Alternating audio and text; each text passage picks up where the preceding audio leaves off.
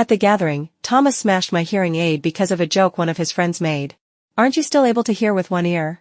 Why do you have to wear that broken thing all day long? Who are you trying to play pitiful for? Isn't this embarrassing enough already? Damn it. Everyone in the private room was waiting to see me make a fool of myself. But I didn't cry. I didn't make a scene. I simply took out my phone and quietly called the police. The hearing aid cost $5,000. My mom would have to run her stall for a long time to earn that much. Thomas had to pay. And once I got the money, I would break up with him. From that day on, no matter where life took us, north or south, I would never see Thomas again.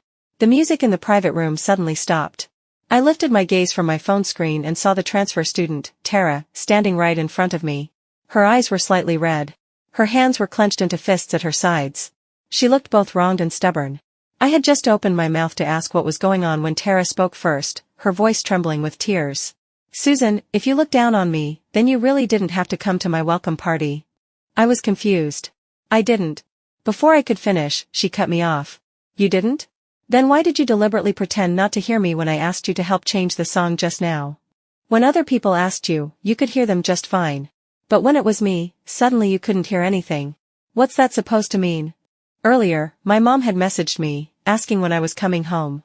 I explained, I was replying to a message just now. Sorry. But Tara refused to let it go. Really? You just happened to be replying when it was my turn to ask you to change the song? What a coincidence. Susan, you really don't need to target me like this. I know you're upset that Thomas organized this welcome party for me. But I already said I'd pay him back for the party. I just wanted to use this chance to fit into the class sooner. I didn't understand why Tara was dragging Thomas into this. It was true that I felt a little uncomfortable knowing Thomas had paid for her welcome party. But he had shown me their chat history. It was Tara who had asked him to lend her the money. Thomas had always been careless with money. A few thousand meant less to him than a single pair of shoes. So I hadn't thought much of it. I pulled up my phone and opened my chat history with my mom, showing it to Tara. I wasn't targeting you. I really was replying to a message. A few classmates gathered around as well, trying to calm her down. Susan really was replying to a message. It was just a misunderstanding. Yeah, no one can control when someone messages them. Tara, you're being a little too sensitive, don't you think? The next second, Tara's eyes filled with tears. She shoved me hard. I knew it. None of you like me. You were deliberately talking about those drinks I'd never heard of earlier, weren't you just trying to laugh at me? My phone flew out of my hand and hit the floor. In an instant, anger flared inside me. Who wanted to laugh at you? You're the one making a big deal out of nothing. Other classmates chimed in as well. Everyone knows Susan has trouble hearing in her left ear. When we ask her to change songs, we shout into the microphone. You didn't use the mic yourself. This room is so noisy that even a normal person might not hear, let alone Susan. Exactly. It wasn't a big deal to begin with, but you pushed her and even broke her phone. Who's really targeting whom here? I bent down and picked up my phone. The screen was shattered. My dad had bought that phone for me while he was still alive. It was an old model, but I'd never been willing to replace it. I carried it with me everywhere, treating it like a treasure. And now Tara had broken it so casually. My nose stung. Just then, the door to the private room was pushed open from the outside. Thomas walked in, carrying something in his hand. Seeing everyone standing in a tight circle, he frowned slightly and walked over to me. What happened? Before I could say anything, Tara spoke first. Thomas, let's cancel the welcome party. Tell everyone to go home. Why cancel it? Tara sniffed, looking deeply wronged. Some people don't like me. They deliberately pretend not to hear me and leave me hanging. If that's the case, then there's no point in having a welcome party at all. As she spoke, her eyes deliberately flicked toward me. Thomas immediately understood what she was implying. He pulled me into his arms and smiled as he explained, I thought it was something serious. Tara, you're new here, so you don't know, Susan has trouble hearing in her left ear. She probably didn't hear you. It wasn't intentional. Tara denied it outright, her tone tinged with something almost coquettish. How could it not be intentional? When others ask her to change the song, she hears them just fine. But when I ask, she suddenly can't hear. And I only asked her one question, yet she brought all the classmates against me. Isn't she just trying to isolate me? If I wasn't welcome, I didn't have to come. But instead, I came only to have the atmosphere ruined. By the end of it, a single tear slipped down her cheek. I just want to fit in as soon as possible. I never wanted to replace anyone. So why can't you all accept me? The arm around my waist suddenly tightened. Then, slowly, it loosened, until it let go completely. Thomas released me and leaned slightly toward where Tara was standing. He stared at me, suspicion in his eyes. Susan, is what she said true? A classmate spoke up to defend me. But Tara's tears fell even faster. I knew it. No matter what I say, it's useless. You've known Susan for longer, of course you'll all take her side. Thomas, forget it. Susan is your girlfriend. I never wanted you two to argue because of me. She turned, picked up her bag, and made a show of leaving. Let's just end tonight's gathering here. I'll pay you back the money I owe you as soon as possible. As Tara turned away, she wiped her tears. Thomas watched her, his frown deepening. He strode over and stopped her. Susan may be my girlfriend, but that doesn't mean I can't tell right from wrong. He coaxed Tara back and pulled her in front of me. After hesitating for a moment, he spoke. Susan, how about you apologize to Tara? I know you didn't do it on purpose, but the whole thing did start because of you. You ruined her welcome party. Apologizing isn't too much to ask, is it? I stared at Thomas in disbelief. I didn't do anything wrong. Why should I apologize? Thomas's expression darkened. If you didn't do anything wrong, then why is she crying? It's just an apology. It won't cost you a piece of flesh. I took my phone out of my bag and held the shattered screen up in front of him. How did it get broken like this? Before I could answer, a classmate spoke up. Tara pushed Susan. That's how it broke. Thomas glanced at me, then at the sobbing Tara beside him. Tara's eyes were red, like a frightened little rabbit. I was just angry and pushed her lightly. I didn't mean to do it. I let out a cold laugh.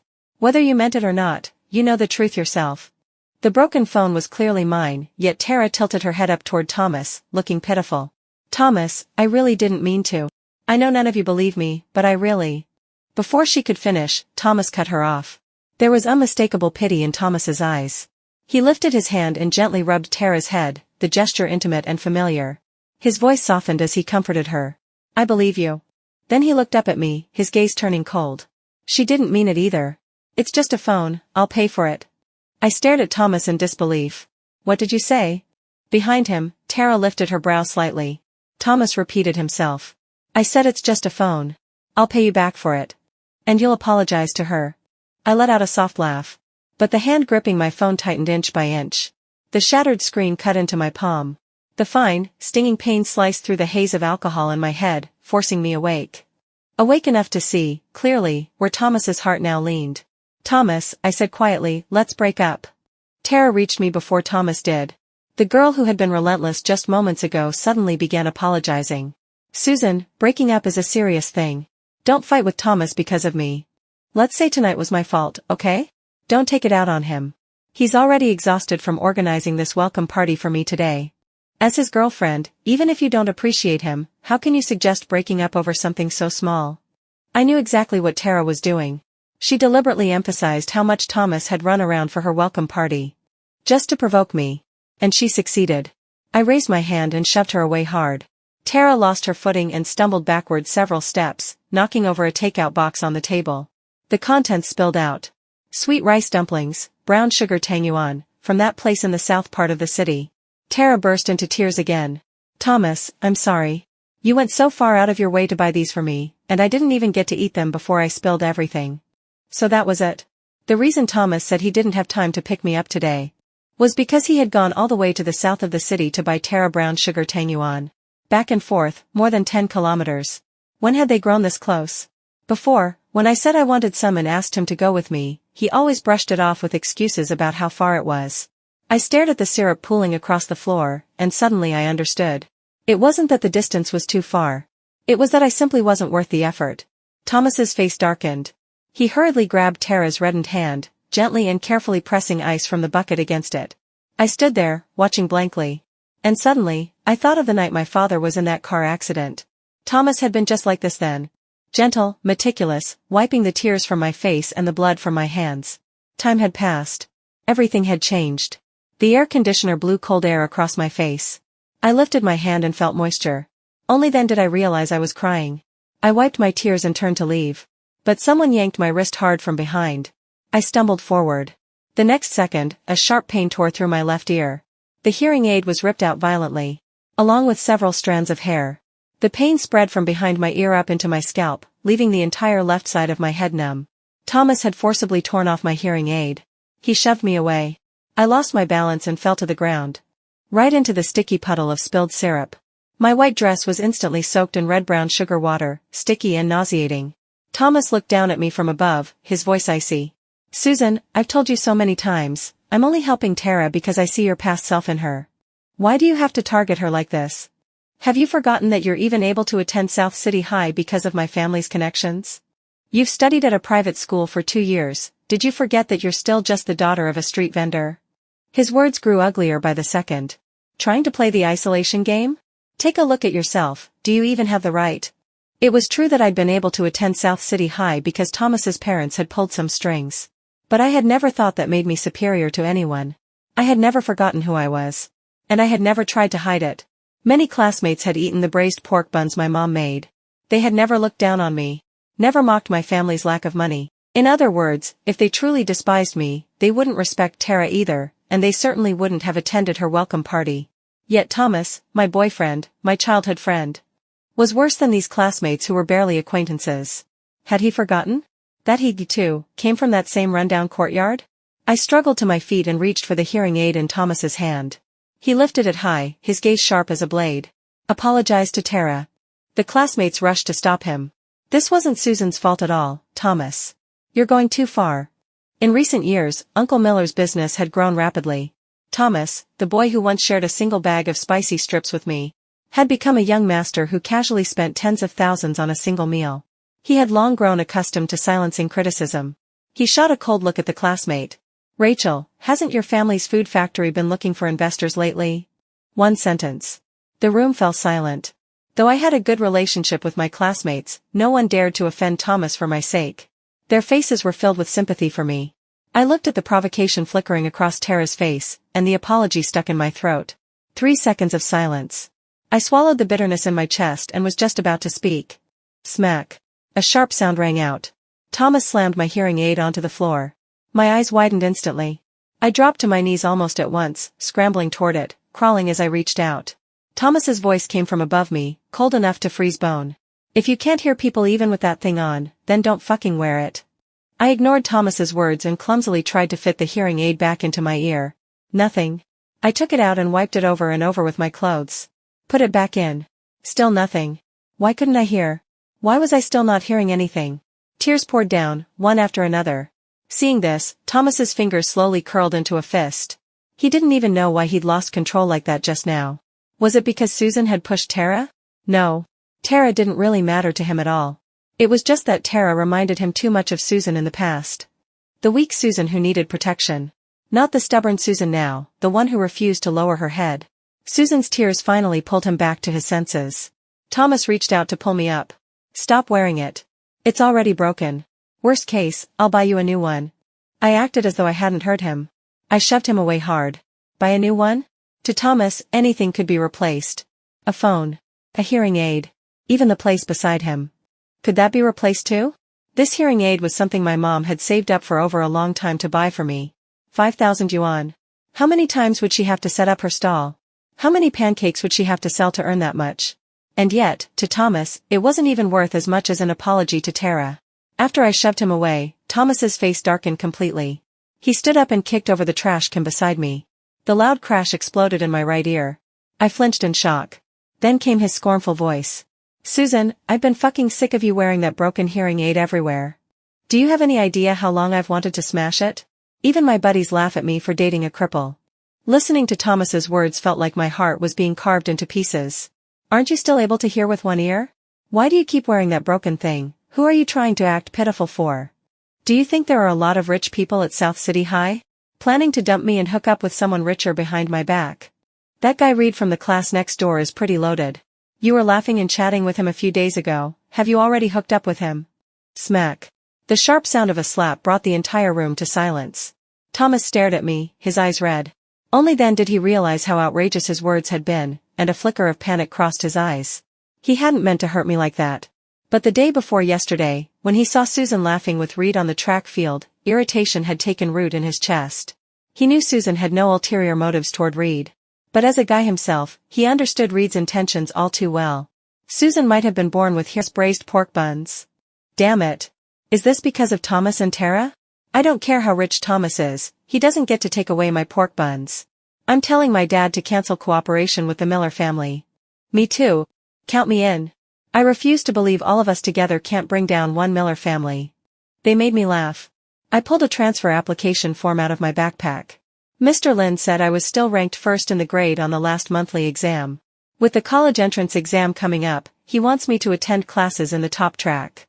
If you still want buns in the future, just message me. I'll keep bringing them. Only then did everyone relax, immediately raising their hands to pre-order breakfast for the next day. I want a family combo. Me too. Add one. Add one. Where are you going? Thomas's voice shattered the lively atmosphere in the classroom. He walked in with Tara. She was limping slightly, supported by his arm. No one answered his question. Tara walked over and shot me a vicious glare. Susan, are you satisfied now? I was confused. She continued, after my dad found out I went to the police station, he almost beat me to death. Are you happy now? I found it absurd and didn't want to argue with her. I turned to pack my books, ready to head to class 1. After helping Tara sit down, Thomas followed and grabbed me. His tone was impatient, but it was obvious he was trying to lower himself. I told you to come out this weekend to buy a new hearing aid. Why didn't you reply? Not necessary, I said. Thomas continued, Tara got beaten by her dad because of you. I'm letting her sit with me for a few days so I can take care of her. Consider it an apology on your behalf. That half-hearted explanation made me want to laugh. I shook his hand off. It has nothing to do with me. Take care of her however you want. Thomas stared at the hand I'd thrown aside, anger flaring. Susan, I've already humbled myself. What more do you want? This whole thing started because of you. How long are you planning to drag it out? I even had someone pass a message to you, knowing you wouldn't apologize. I let it slide. Now I've given you a way out, don't push it. I asked calmly, Thomas, who do you think you are? Just because you give me a way out, I have to take it? Who decided that? We made it very clear that day, break up. Do you not understand Chinese? Thomas's expression grew uglier by the second. I continued, you said the way I wear a hearing aid is embarrassing. Likewise, I think the way you're acting now, this stubborn harassment, is embarrassing too. The room fell silent. Thomas snorted coldly. Fine, Susan. You've got guts. If you're so set on breaking up, then don't stay at South City High either. You only got in because of my family's connections anyway. Now that we're broken up, I think it's better we settle everything cleanly. As he spoke, he glanced pointedly at Tara behind him, emphasizing his words. After all, the seat you don't want, someone else does. Don't make my future girlfriend unhappy. I stared at Thomas in disbelief. No matter how ugly things had gotten, I had never imagined he would use my education to force me to bow my head. He knew better than anyone. Tsinghua and Peking University were my parents' hopes, and my own dream. Dropping out now would be the same as pushing me off a cliff. My chest heaved with rage. Just then, a cold laugh came from the doorway. I heard there was a crown prince in class 15. Didn't think it was true. With this kind of arrogant talk, what's next? Wiping out Susan's entire family. Everyone turned toward the door at once. Reed stood there, an amused expression on his face. When he spotted me in the crowd, he raised an eyebrow. Homeroom told me to help you move your stuff. At the classroom entrance, the boy stood in a black and white school uniform. Sunlight caught in his hair, making it gleam. Unlike Thomas, who wore his uniform sloppily, Reed's was neat and proper. The zipper pulled to just the right place. He looked like the perfect model student, yet his tone was sharp with mockery. That only made Thomas's expression darker. This is class 15's business, Thomas snapped. What does it have to do with you? Reed shrugged and walked straight toward me, a pink box cradled in his arms. He didn't answer Thomas's question. Instead, he flipped open the textbook on my desk. When he saw my name written inside, he began stuffing my books into the box without hesitation. Mr. Lin had called me yesterday, saying he would ask a classmate to help me move my things. I just hadn't expected that classmate to be Reed. Feeling a little embarrassed, I hurriedly said, I can do it myself. Reed smiled and waved it off. The homeroom teacher said you're basically South City High's pride and joy, he said lazily. He told me to make sure I take good care of you. Might as well let everyone see, your status in class 1 is higher than the crown prince's. You're the empress. Reed's sarcastic delivery was flawless. Several classmates couldn't help but laugh. Thomas clenched his jaw and snatched my textbook out of Reed's hands. A cold gleam flashed in his eyes as he stared straight at me. You're transferring to class 1? Susan, looks like I was right. You really did hook up with someone else. What's so great about Reed? Do you even know him? You've only known each other a few days, how many words have you even exchanged? I was just about to speak. Reed cut in first. He grabbed the English book from Thomas's hand and tossed it into the box, his tone casual and lazy. Everything about me is better than you. I'm better looking, my grades are better. Susan and I may not have talked much, but our names are always right next to each other on the ranking list. And you? If I remember correctly, your name's way down near the bottom. There's about 100,000 miles between us. Thomas's eyes reddened with rage. So what? Susan likes me. I'm the one who grew up with her. Reed clicked his tongue in obvious disdain. Oh? And? You're near the bottom of the grade, you'd only drag Susan down. I'm different. Susan and I sitting together? That's a powerhouse pairing. Sorry, forgot your grades aren't great. Your Chinese probably isn't either. Want me to explain what powerhouse pairing means, Crown Prince Miller? Thomas snapped. He swung his fist straight at Reed. Reed didn't dodge, he took the punch head on. I rushed forward and shoved Thomas away, grabbing the water cup off the desk and splashing it straight into his face. Thomas, what are you doing, hitting people? Thomas's eyes were red. Water dripped from his hair into his eyes. For a moment, it was hard to tell whether it was water or tears. He stared straight at me, his voice hoarse. You're protecting him. Why do you get to protect him? I replied coldly, he's my new classmate, the person I'll be spending every day with from now on. If I don't protect him, should I protect you instead? My ex-boyfriend? At those last 3 words, Thomas froze completely. Afraid he'd cause another scene, I quickly grabbed Reed and pulled him away. Hey, Reed protested. The box, wait a second. I waited for him at the classroom door. Reed walked past Thomas with the box in his arms. On the way by, he kicked Thomas hard in the knee. Thomas hissed in pain, his veins bulging as he let out a muffled groan. Reed looked down at him from above, still holding the pink box. From now on, Susan's my desk mate. Class 1. The moment I followed Reed into the Class 1 classroom, a burst of enthusiastic applause startled me. Welcome, academic god, to Class 1. Only then did I realize that I apparently had the nickname Academic God here. I felt a little embarrassed. Just call me Susan, I said. Reed tilted his head and teased, I heard everyone in Class 15 calling you Susan earlier. What, are we not allowed to? The students below immediately started groaning dramatically. Oh, I knew it. In the Academic God's eyes, us new classmates can't compare to the old ones. She won't even let us call her by her nickname, only her cold, full name. Alright, whatever the Academic God says, we'll go with. I laughed. The bad mood I'd been carrying from Class 15 vanished instantly. You can call me Susan too. Immediately, the classroom filled with voices calling, Susan. Susan. Reed made a calming gesture. Alright, don't scare our Academic God away. I followed him to a seat in the 3rd row. It was perfect. Not too close, not too far. Close enough to see the blackboard clearly, and clear enough to hear the teacher's voice. The desk was right in the center of the classroom. No matter where the teacher stood, I'd be able to hear. I knew this seat must have been arranged for me in advance. A warm feeling rose in my chest. As I was organizing my desk, Reed suddenly leaned closer. Need any help? A bruise was visible on his face, the mark left by Thomas's punch. I felt a pang of guilt. No, I can manage. Reed responded with a soft "oh," looking a little disappointed as he sat back. Seeing the way he hesitated, as if he wanted to say something, I dug around in my backpack and pulled out a tube of ointment. I gently poked his arm. I have some ointment in my bag. Want me to put it on? Reed turned toward me and blinked. I can't see it. You do it for me. All right. After all, he'd been punched because he was helping me. Then come a little closer. Reed leaned in. His warm breath brushed against my face, quietly tinting my cheeks red. Reed was very good-looking. His eyelashes were long and dense, like a delicate fan.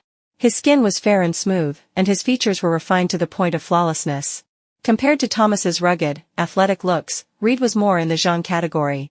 Youthful yet unmistakably mature. My heart sped up for no reason. The next second, Reed suddenly spoke. Susan, how about you think again about what I said on the track last time? Since I took a punch for you today, maybe next time you can let me have first place in the grade for once. Susan, please? Normally, I should have agreed. But I didn't. Holding on to first place in the grade was one of the conditions for guaranteed admission to Tsinghua or Peking University. I was afraid I might underperform on the college entrance exam, so over the years I'd studied relentlessly, maintaining my top ranking. It was the safety net I'd built for myself. I couldn't give it up. The day Thomas said he'd seen me laughing and chatting with Reed on the track field. That was when Reed had come to ask me whether he could buy the position of first place in the grade. Susan, Morris, academic god, big sister Morris, I'm begging you, he said dramatically. Just let me be first place once, okay? You have no idea. Every kid in the West family is first place in their grade. Whatever we do, we have to be number one. I've never once taken first place, from childhood until now, until I met you in high school. And if you were in the advanced class too, I wouldn't say a word. But you were stuck in a regular class. Now everyone in my family laughs at me. They say I can't even beat a kid from a regular class. They even threw a party just to show off their certificates. I'm beyond embarrassed. Listening to him back then, I found him both ridiculous and pitiful. In the end, faced with his pleading eyes, I still turned him down politely. Now, I smiled at him and said simply, well, I'm in the advanced class now. Does that help you save a little face? Reed scratched his head and gave me a thumbs up, looking utterly defeated. Susan, you're repaying kindness with betrayal. Just you wait. One day, Reed, will beat you fair and square with my own ability. I nodded and smiled. All right, then I'll be waiting. Life in Class 1 was fulfilling. Before, in order to secure first place, I often downloaded countless practice exams from the library. Now that I was in Class 1, there were endless papers assigned every single day. I didn't even have time to rack my brain searching for extra materials anymore. Every day at school, aside from bringing braised pork buns for my classmates, I buried my head in problem sets. Oh, right. After Class 1 learned that my family sold braised pork buns, they also started placing breakfast orders with my mom.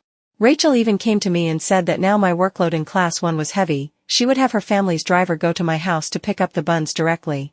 That way, I wouldn't have to bring them myself. I could get to the classroom even earlier every morning. The endless sea of problems left me no space to think about anything else. And whenever someone mentioned that someone from Class 15 was looking for me, before I could even lift my head, Reed would suddenly appear beside me with a question he didn't know how to solve. He would press my head gently and turn my face toward him. The recommendation quota is coming up soon, he said. You don't want first place anymore? Or are you just not taking me seriously?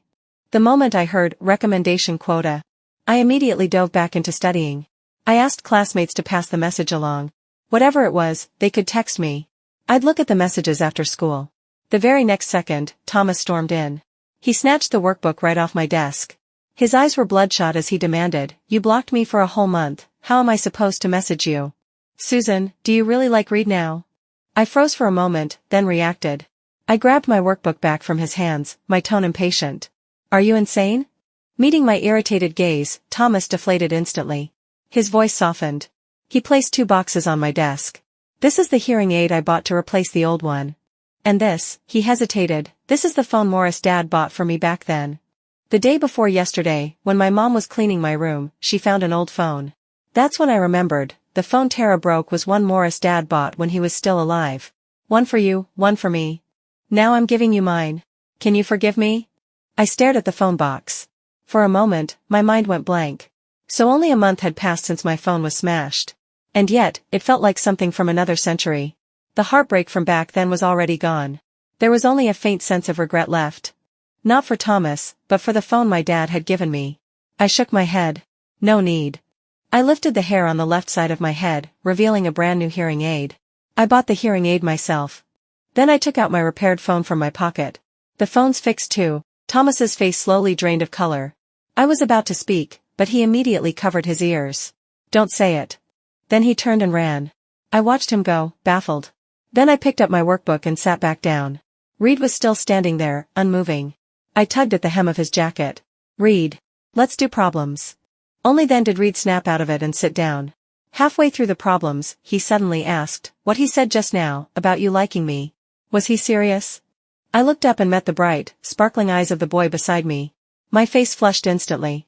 Before I could answer, Reed pressed on, if you really do like me, then could you let me have first place? Just once. I shook my head. All right. I should just tell him. Reed, it's not that I don't want to give you first place. It's that first place matters too much to me. I want a guaranteed recommendation. I want to go back early and help my mom run her stall. I can't afford any mistakes. So I can't give it up. But once I get recommended, I probably won't come to school anymore. By then, you'll always be first. Reed listened quietly, then muttered softly, okay. Seeing his low spirits, I was just about to comfort him. When the next second, he smiled again and asked me a new difficult question. Honestly. He really knew how to cheer himself up. I just didn't expect that an accident would still happen. And that the position of first place might not be something I could hold on to anymore. That weekend, Reed and I had agreed to study at the library. But suddenly, I received a phone call. Something had happened to my mom. When I rushed to the police station, my mom was red-faced, arguing desperately with someone. My ingredients are all fresh. There can't be any problem. Officer, if you don't believe me, you can come inspect my home. There's really nothing wrong. Sitting across from my mom was Tara, clutching her stomach and questioning through tears. Then why did my stomach start hurting after I ate your braised pork bun? Auntie, your daughter and I used to be classmates. Why would you harm me? My mom glanced at Tara, then at Thomas standing beside her. Her voice dropped, humble and pleading. Tara, you grew up eating Auntie's braised pork buns. You know, they've always been fresh. Please say something for Auntie, okay? Thomas pressed his lips together, refusing to speak. Tara cut in immediately. Auntie, do you think playing the emotional card will get you through this? Thomas is my boyfriend. Of course he'll stand on my side. Standing at the doorway, watching everything unfold, my heart went cold. No matter what, Thomas had been looked after by my mom for years. How could he stand by coldly at a time like this? When Thomas noticed me at the police station entrance, his gaze wavered for a moment. But after meeting Tara's eyes, his expression hardened again. Looking at me, his voice carried the magnanimity of someone in power. Susan, I can testify for Auntie. I can convince Tara not to pursue this further. But you have to go back to class 15. Back to my side. So that was the point of today. During this period, Thomas had tried to find me many times. I never met him. Even when he brought up the phone my dad had given us, calling it a token of our love, I slapped him across the face without hesitation. I coldly told him he didn't deserve to call my father Morris Dad. And even less deserved to mention my dad at all. After that, whenever I saw Thomas at school, I turned and walked away without a glance. Today was probably the last card Thomas had racked his brains to play. The Miller family was wealthy. Back when Thomas was younger, his parents were always busy making money and rarely took care of him. That neglect shaped him into someone stubborn and extreme in his ways. Now that their family life had improved, Uncle and Aunt Miller began trying to make up for the past. They spoiled him excessively. Whatever Thomas wanted, they gave him. So my mom and I stood no chance against them. If Thomas refused to let go today, my mom would not be leaving the police station. I had thought I'd tried hard enough. But reality still struck me with a heavy blow. Just as I was about to compromise, Reed suddenly rushed in. He ran straight to my side and asked what had happened. I told Reed everything, every detail, from start to finish. The Reed who was usually playful and carefree completely lost his smile. He had never flaunted his background in public.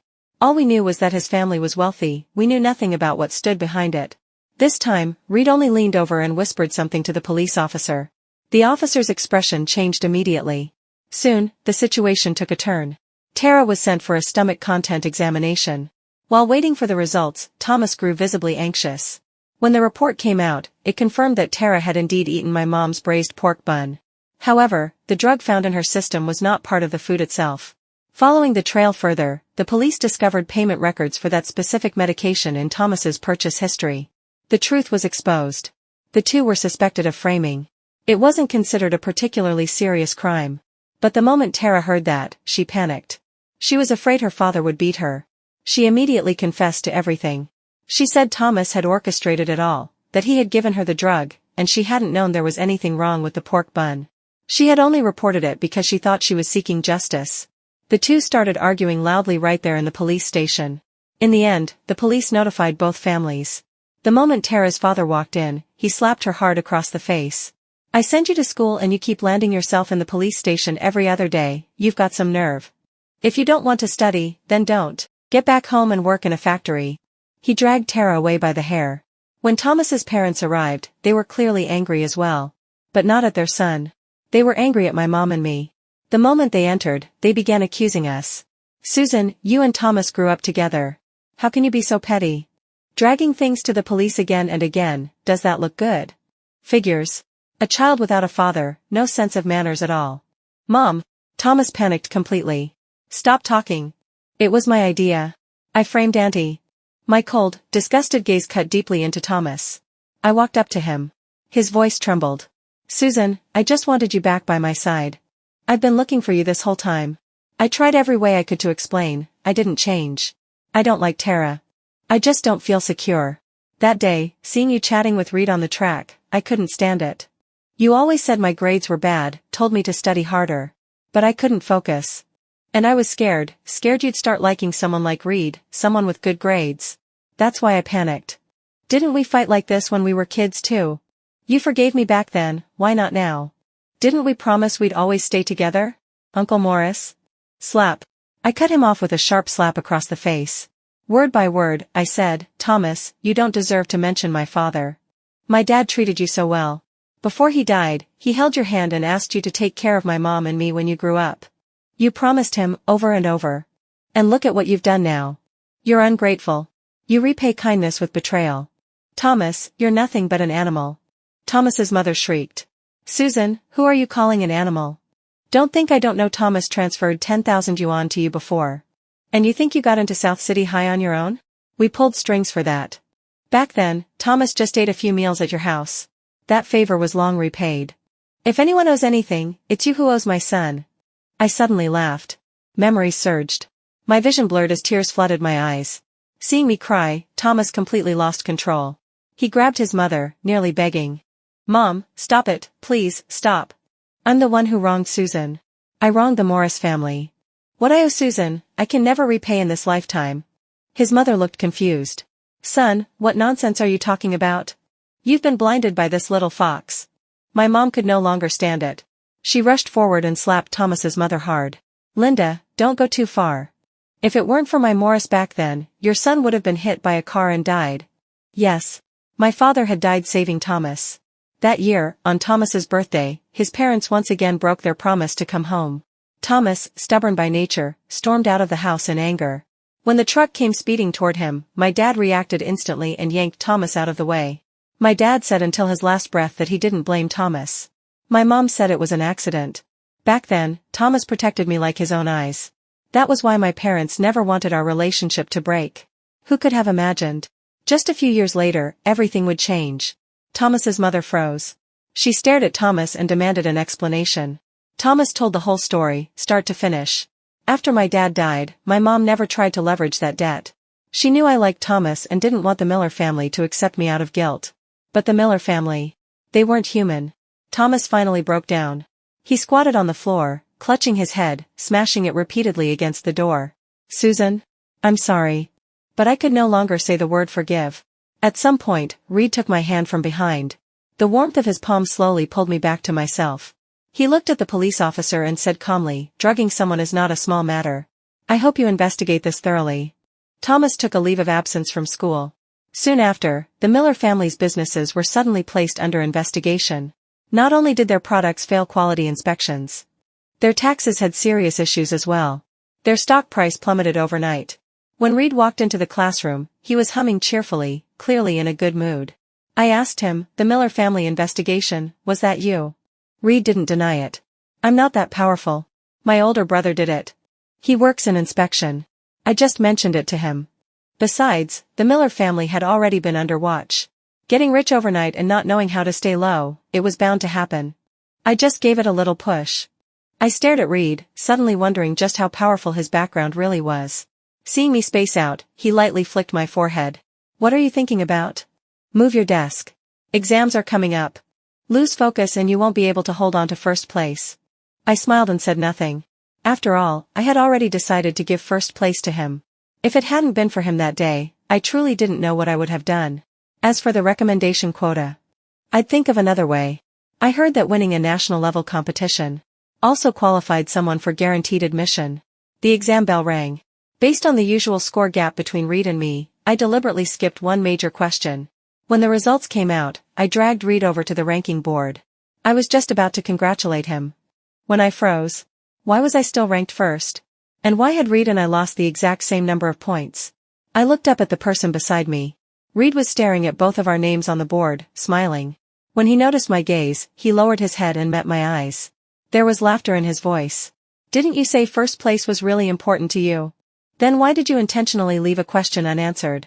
He suddenly bent down and leaned closer. His lashes fluttered. His eyes were still bright and clear, looking straight into my heart. Susan, he asked softly, in your heart, am I more important than first place?